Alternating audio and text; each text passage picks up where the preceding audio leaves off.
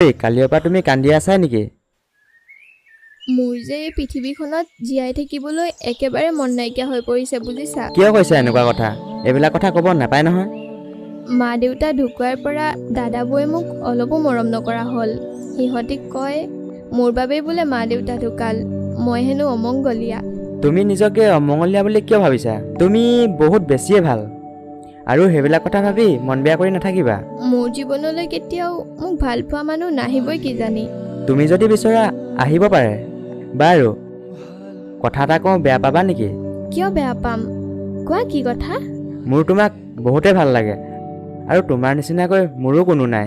তুমি যদি কোৱা তুমি আৰু মই এটা নতুন জীৱন আৰম্ভ কৰিব পাৰোঁ।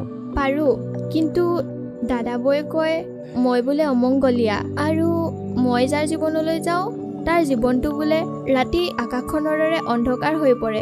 হ'লে হওক অন্ধকাৰ,